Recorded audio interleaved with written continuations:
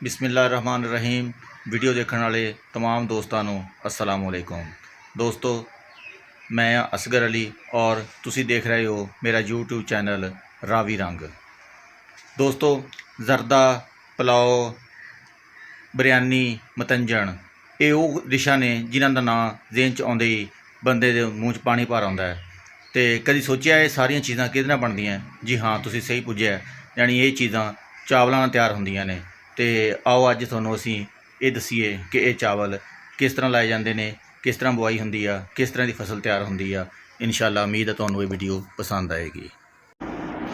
दोस्तों, अज की वीडियो चावलों की काश्तकारी के मौजू ते है। चावल काश्त करने वास्ते पहले जमीन नूं पानी ला के बत्तर हालत विच वाया जाता है, उस हल चलाए जाते हैं।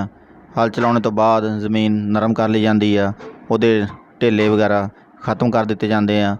उस तो बाद तसवागा मारिया जाता है और जमीन नूं हमवार किया जाता है। इहदे नाल जमीन नरम हो जाती है, चावलों की फसल अच्छे तरीके नाल परवरिश पाउंदी है और वह दिनां 'च तैयार हो जाती है। अगर यह काम प्रोसैस ना किया जाए तो जमीन हमवार नहीं होंदी, नरम नहीं होंदी और उहदे विच मुंजी की फसल यानी चावलों की फसल अच्छे तरीके नाल काश्त नहीं हो सकती, उसकी परवरिश नहीं हो सकती और वह कामयाब नहीं हो सकती, जिसकी वजह नाल किसानां नूं काफ़ी ज़्यादा नुकसान हो सकता है, उन्होंने घाटा पै सकता है।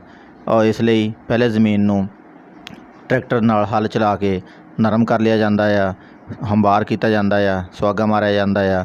उस तो बाद फिर उन्होंने पानी ला के उहदा कद्दू कर लिया जाता है। कद्दू करने वास्ते क्या पानी नाल क्यारे नूं भर लिया जाता है।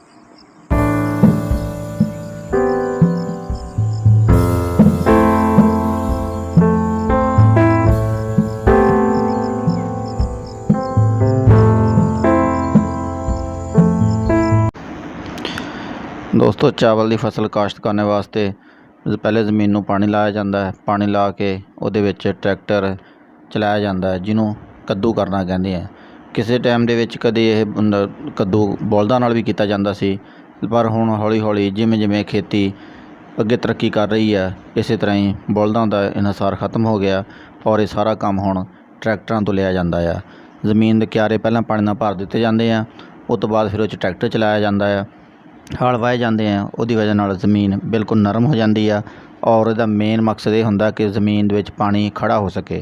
जो जमीन 'च पानी खड़ा हो जाता है फिर मुंजी के पौधे सड़ते नहीं हैं, खराब नहीं होंदे, वो छेती जड़ जाते हैं। दोस्तों, जदों कद्दू का मरहला मुकम्मल हो जाता है उस तो बाद फिर मुंजी लुआई का अगला मरहला शुरू हो जाता है। उहदे विच सब तो पहले पनीरी पट्टी जाती है, उहदियां गुट्टियां बनाई जांदियां और उन्होंने खेत 'च लिया के सुटिया जाता है। उस तो बाद फिर लोग हत्थां नाल मुंजी के पौधों की लवाई शुरू कर देंदे ने। 90% काम हत्थां नाल ही होंदा है। किसी किसी जगह ते हुण मुंजी लगाने वाली मशीनां भी आ चुकियां ने, पर हले ये बहुत थोड़ियां ने, यानी आटे 'च लूण के बराबर भी नहीं हैगियां। हले भी पूरे पंजाब दे विच, पूरे पाकिस्तान विच मुंजी जिहड़ी आ यानी चावलों की बुआई जिहड़ी आ वो हत्थां नाल ही कीती जांदी आ।